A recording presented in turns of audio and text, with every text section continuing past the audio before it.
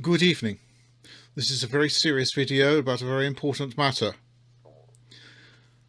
Last night, I think, I read one of these community comments or community posts by Fran Blanche on a very important matter certainly to our photographic community.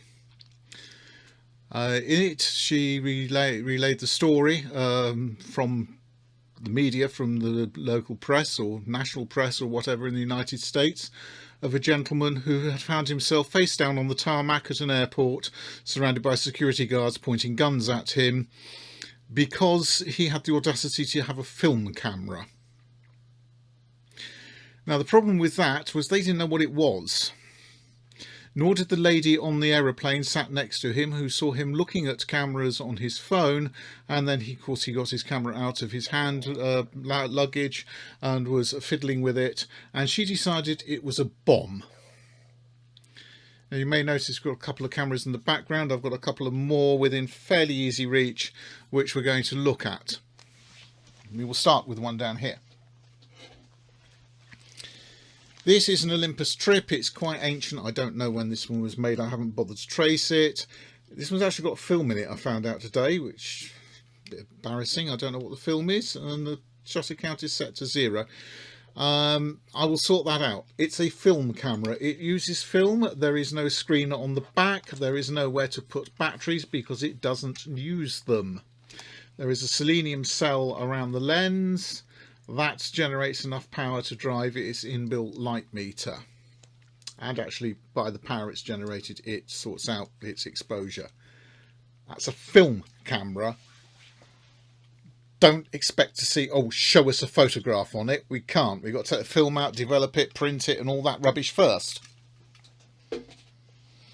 What else do we have? This, which we imagine is something similar in style to the one that he was carrying, but we don't know, is a film camera. It takes bigger film than the Olympus Trip. This one takes roll film. This one doesn't have a film in it, but we can open the back and show you the film goes in there. Actually, it goes there, and it's wound round onto there, and it's made of a light sensitive material. You expose it to the right amount of light, develop it properly, you get a picture. There are no batteries, there is no screen on the back, so you can't have a quick look and see, oh yes, that's nice. Put that there. This one is another film camera. This is a DSLR without the D. It's an SLR. It's a single lens reflex. This one should have a battery, but it hasn't because I can't get the right one because there's silver oxide or something. I guess the exposure on it. Its mechanism is purely clockwork. It doesn't need batteries to run. No dials, no knobs, no screen on the back. Just a black back to keep the light off the film. This is another DSLR which has frightened people. This one also has a film in it. It uses the same roll film as the box-shaped one we saw just now. This is a superb camera in its day. Every studio that was worth going to would have at least one of these. It's also quite weighty. I mean, yes, you could use it as a weapon. You could hit someone with it. And just in case anyone's going, I want to do video. You can't do video. You can take out this 1960s secret government ray gun, which they used to shoot aliens at places like Roswell, and well, or didn't. This is what we had before the invention of video cameras. Again, we can open it up, put a cartridge in there full of film, not tape, film, and you get about 4 minutes worth of video, or not video, of moving pictures. This one does take batteries. They go in the handle. I've got 3, I think it's about 3 different cine cameras. This one I think is Super 8. Yes, it's Super 8. It's got 2 Super 8s and a Standard 8. I must dig out the Standard 8 and give it a clean and a polish, because that one was worth a lot of money when my father bought it. Not this one, the one I know where it is, that I must rescue. Manual focus, manual zoom. Actually, there is a switch on there. You can zoom it from that. What more can you say about it?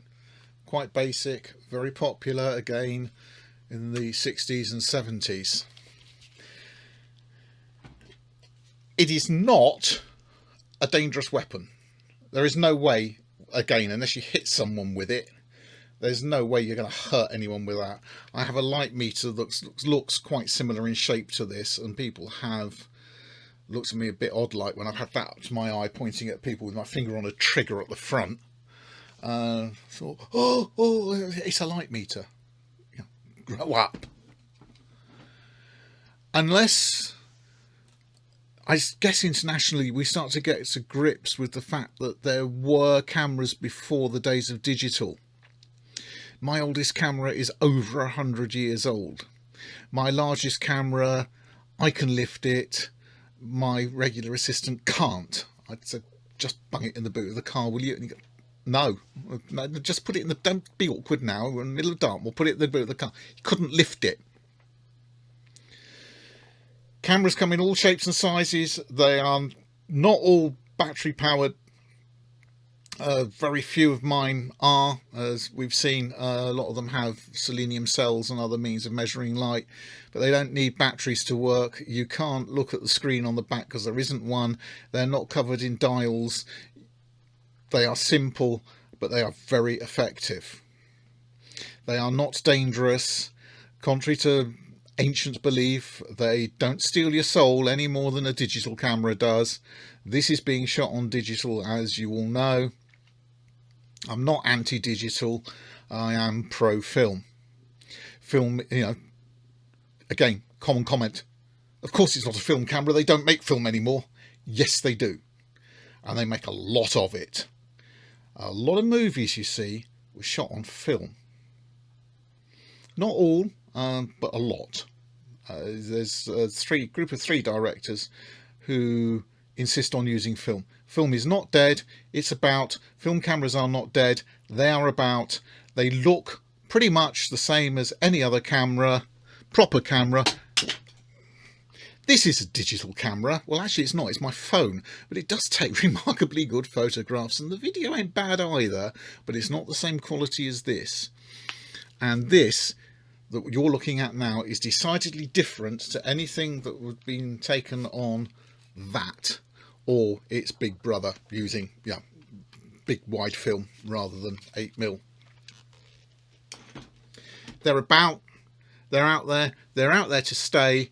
Learn what they are and stop accusing people of carrying dangerous things when all it is a simple camera, actually considerably less dangerous than your digital camera. Lack of lithium cells makes a big difference to the environment and to the risk. The batteries in one of my Clockwork cameras don't exist. They can't explode and start fires. End of rant. We'll see you all again soon. This one's been a problem to make, but hopefully we will see you all again soon. Go and look on the internet. Just type in film cameras into Google and pictures and you will see thousands of them. And some of them are very, very fascinating bits of machinery. Nothing more to say. Go and do that. In the meantime, drive carefully, dear. And we'll see you all fairly soon, I suspect.